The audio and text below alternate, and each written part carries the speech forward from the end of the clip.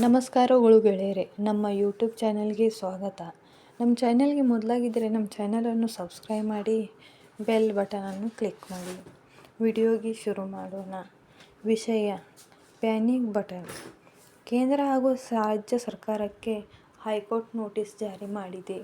ಹೌದು, ವಾಹನಗಳಿಗೆ tracking system ಹಾಗೂ ಪ್ಯಾನಿಕ್ ಬಟನ್ ಅಳವಡಿಕೆಗೆ ಸಂಬಂಧಿಸಿದಂತೆ ಹೈಕೋರ್ಟ್ ನೋಟಿಸ್ ಜಾರಿ ಮಾಡಿದೆ.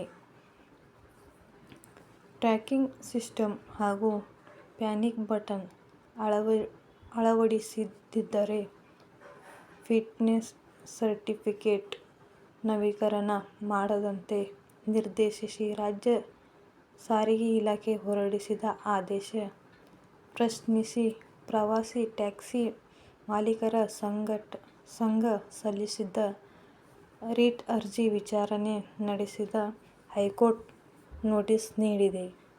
ಅರ್ಜಿದಾರರ ಪರ ವಕೀಲ ಬಿ. ಆರ್. ಸುಂದರರಾಜ್ ಗುಪ್ತಾ ಅವರು, ಫಿಟ್ನೆಸ್ ಸರ್ಟಿಫಿಕೇಟ್ ಇಲ್ಲದಿದ್ದರೆ ವಾಹನ ಓಡಿಸಲು ಸಾಧ್ಯವಾಗುವುದಿಲ್ಲ. ಸರ್ಕಾರದ ಸೂಚನೆಯಂತೆ ನವೆಂಬರ್ 30ಕ್ಕೆ ಗಡುವು ಮುಗಿಯಲಿದೆ. ಇದರಿಂದ ಟ್ಯಾಕ್ಸಿ ಮಾಲೀಕರು, ಚಾಲಕರಿಗೆ ಕಷ್ಟವಾಗುತ್ತದೆ. ಕೆಎಸ್ಆರ್ಟಿಸಿ ಬಸ್ ಗಳಿಗೆ ವಿನಾಯಿತಿ ನೀಡಲಾಗಿದೆ. ಆದರೆ ಖಾಸಗಿ ವಾಹನಗಳಿಗೆ